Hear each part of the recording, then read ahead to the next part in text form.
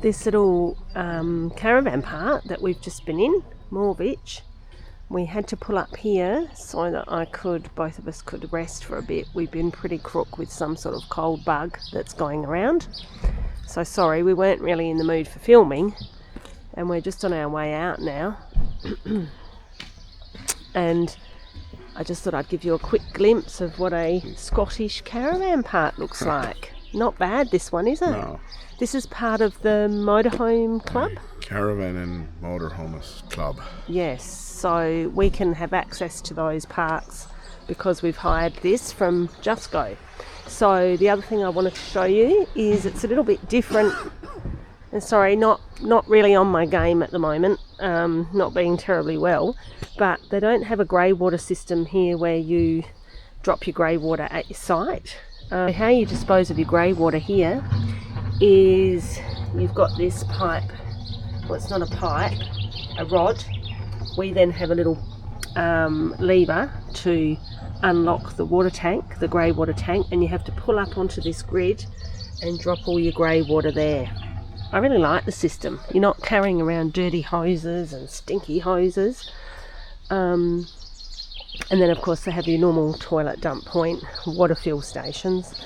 But the other thing which has surprised us here is how, well, this particular park is how wide, they call them pitches here, so not a site but your pitch. They're actually quite wide, and they have that for fire purposes in this area. So anyway, we're off. Not feeling the best, but what do? You just got to keep on moving, otherwise our days will be gone, and that'll be that. So we're off to discover a castle.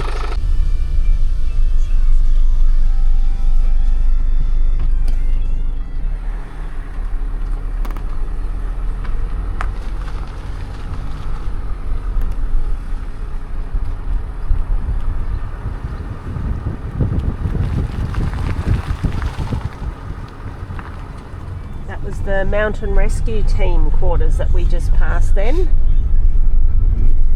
We do see a lot of hikers through this area. A lot of hikers. Scottish trip is complete, Aidan Cashman. Doesn't take much to please me, does it?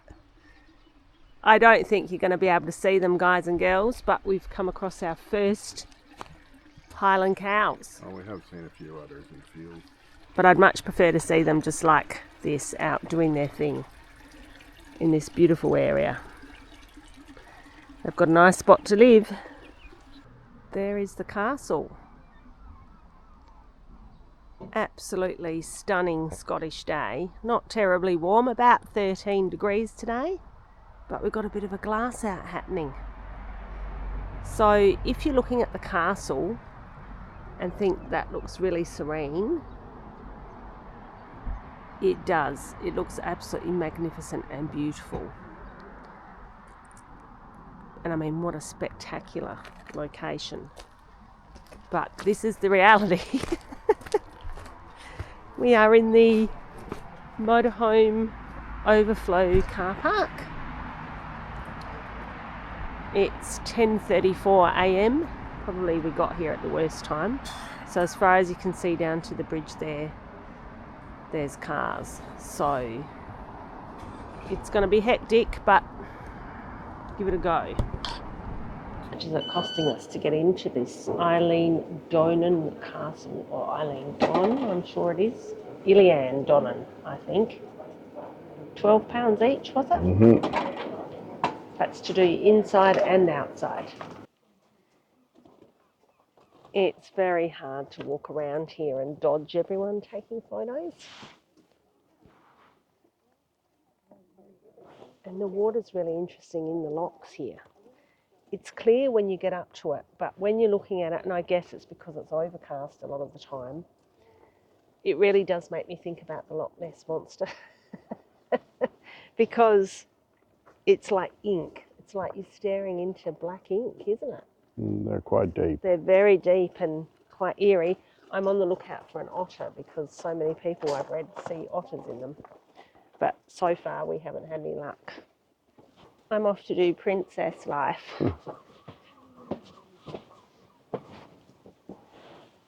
love looking at the doors and how thick the rock is and everything. It's amazing. Garrisons were here in 1719 when the castle was destroyed. Started the Jacobite rebellions. I need to learn more about that. The only bit that I know about it is from Outlander. Got a bit to catch up on, I think. Yes. And also destroyed in 1719 and then rebuilt at the start of the 19th century. Did you see here that this castle really, they think, began because Bishop Donan came here with a bit of a following, and guess what? He was Irish. The Irish have been exploring the world for centuries. They have. The Irish are everywhere.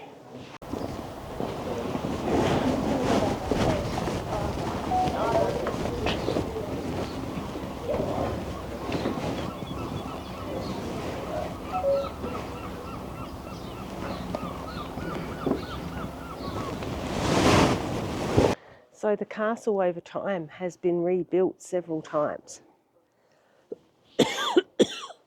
and actually sat in ruins for, I don't know, was it 200 years?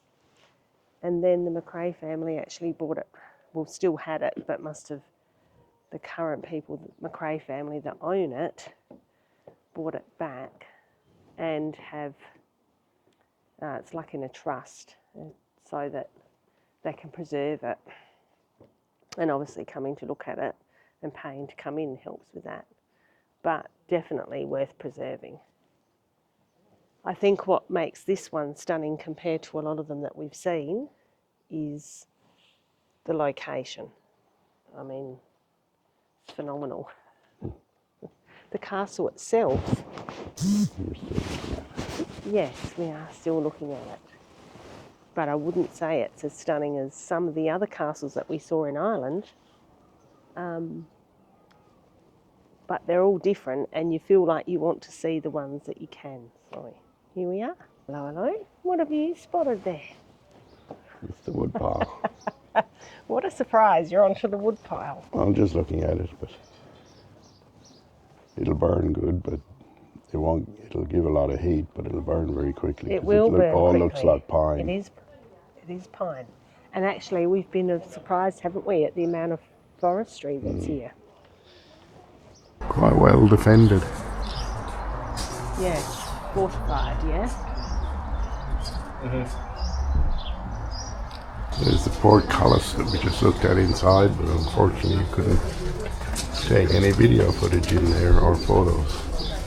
And then that must be so you can pour boiling liquids down on top of people. We're going to do a little his and her review on the Eilean Donan Castle.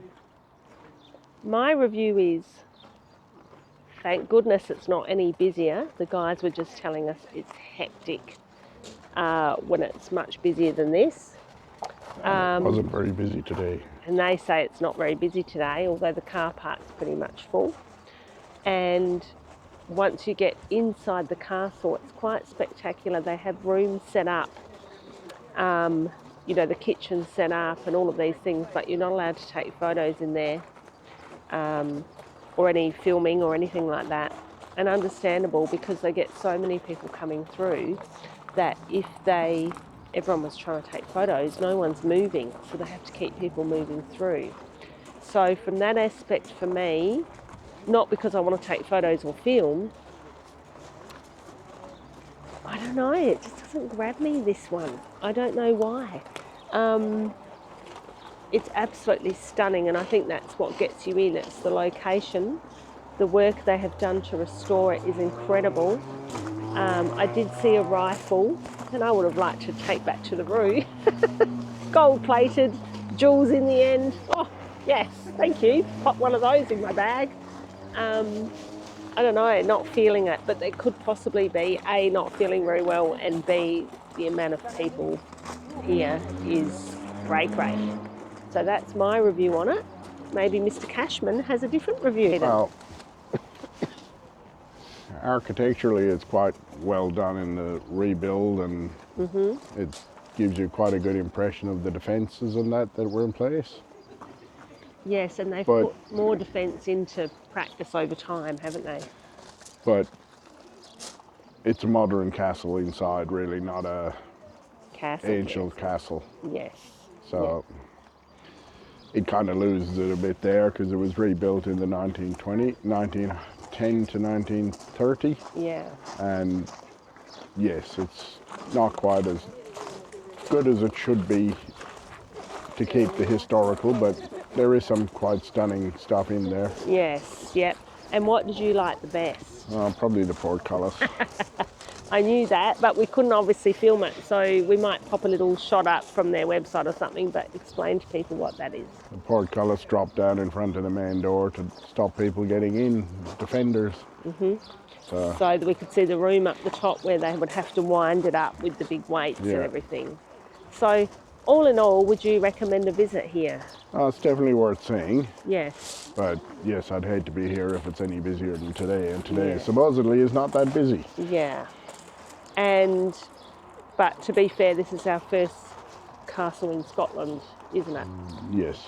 So we've got a few, hopefully, to tick off the list. Maybe, possibly. We'll see. Yeah, who knows? Who knows?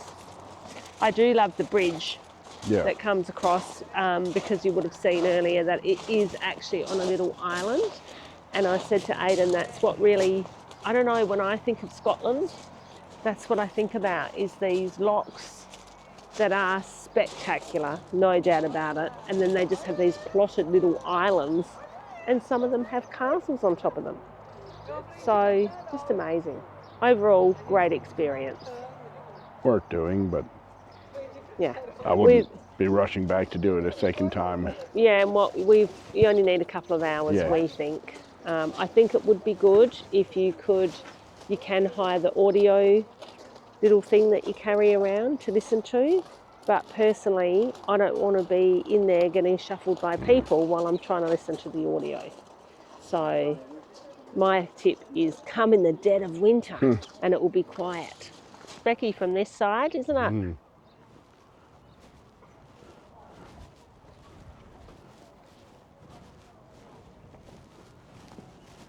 Of course, I had to come bush. I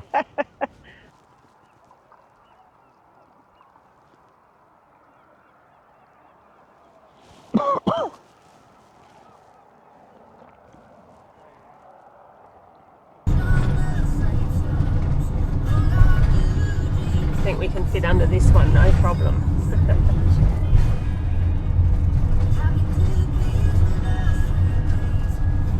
Oh, the train's coming.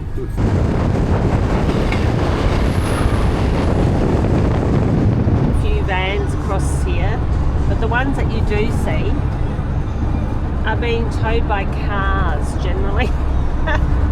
This one across here looks like that's got a Land Rover, was it? Yeah. This one across here now is who knows, a Kia. And we saw some people last night in our caravan park that were pulling one with a Ford Festiva, wasn't it? Ford Festiva? I think so, Yeah, it's very different to home, folks. Where do we find ourselves parked on the side of the road, eh? Loch Ness. Where? Loch Ness. Who are we looking for? Nessie. Oh, there she is. Oh, No. what? You missed it.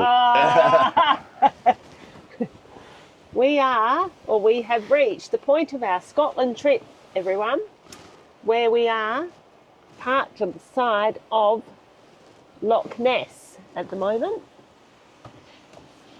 And this is our first glimpse of Loch Ness. And I've grown up my whole life knowing about the Loch Ness Monster. Does she exist? Can we spot her today? I think there is a lot of vantage points where we can look for her. Haven't got the best day. It is definitely not a glass out kind of day. No. Is it? But Loch Ness is huge, and I don't know if you can even see in the distance, there's a boat coming.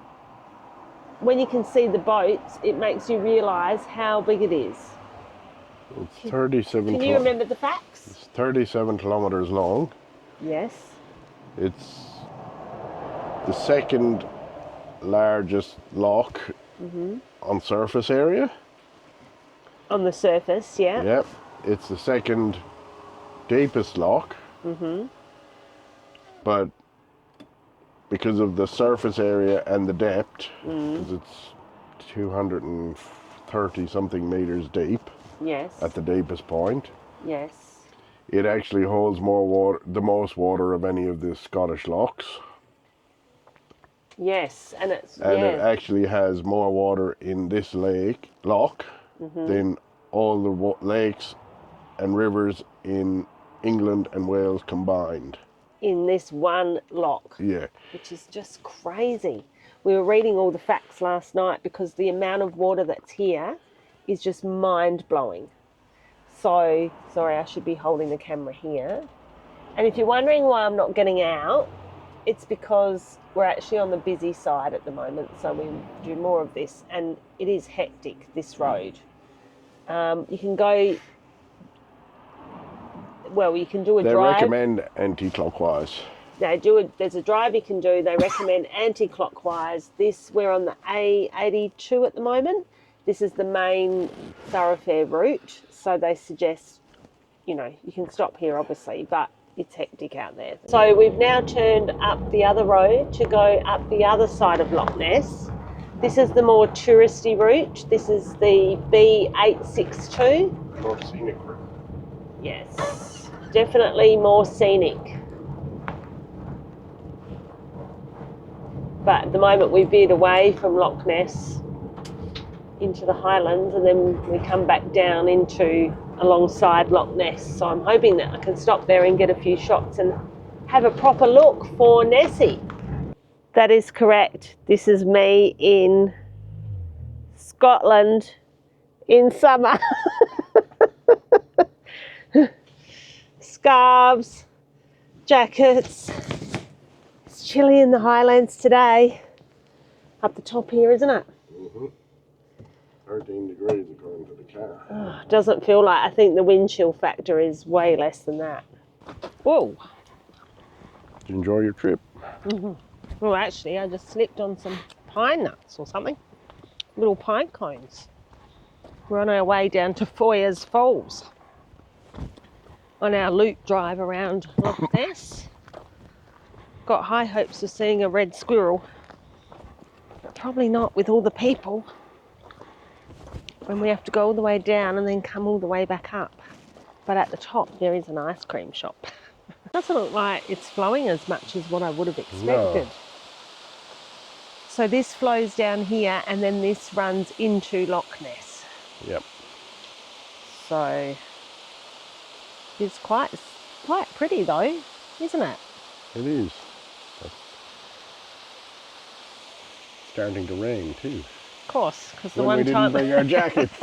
The one time we didn't wear our rain jackets because the sun was shining and we felt warm, and now we've got to hike back up and it's starting to rain. So this is why I just said to Aiden I'll be checking all the railings when I go down to that other. First we went to the upper viewpoint. Check this out. Ready? Like there's a sheer drop there. Look at this. Yep. Won't be leaning against that one today. There is a spectacular view from here.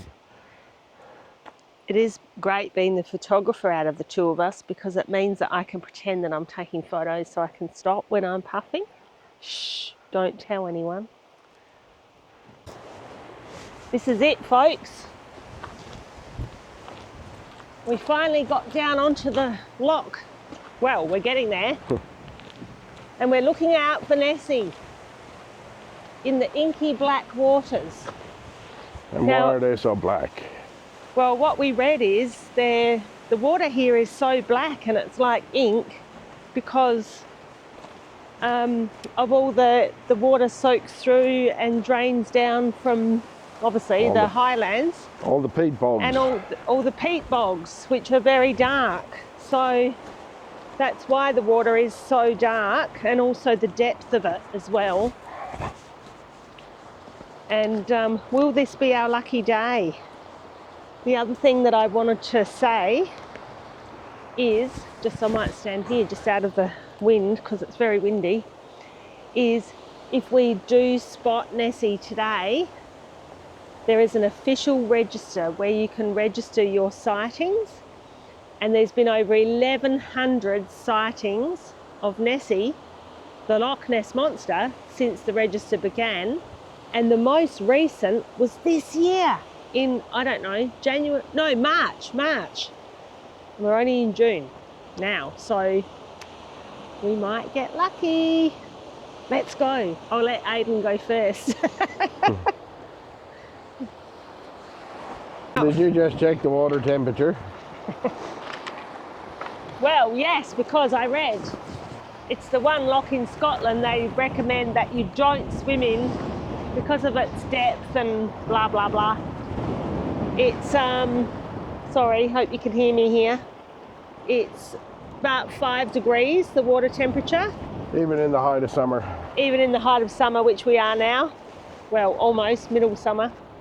So, oof, yeah, feels pretty cool, I gotta say, to have touched the waters where the Loch Ness Monster may live.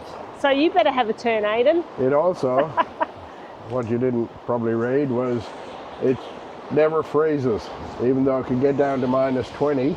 Oh, really? The loch never freezes. Yeah. Because the cold water on the top will go to the bottom, Right. and then the warmer water will come, well, slightly warmer water will come up, but because of that and the depth of it, it never actually freezes over like some of the other lochs. Right. Because they do. They get a bit icy Some of on the the others top. freeze over and they actually drive cattle across them. I know. That we read that. That's crazy to think about that when we've seen the huge expanses of water. But then you think about this is summer, what's winter like? Oh, can't imagine. Right, your turn. Touch the waters of Loch Ness. That'll make you feel like you're in Scotland. Yes, it's cold.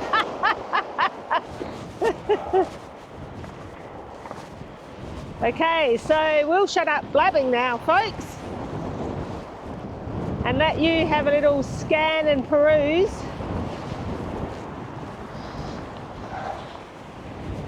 And see if you can spot Nessie out there.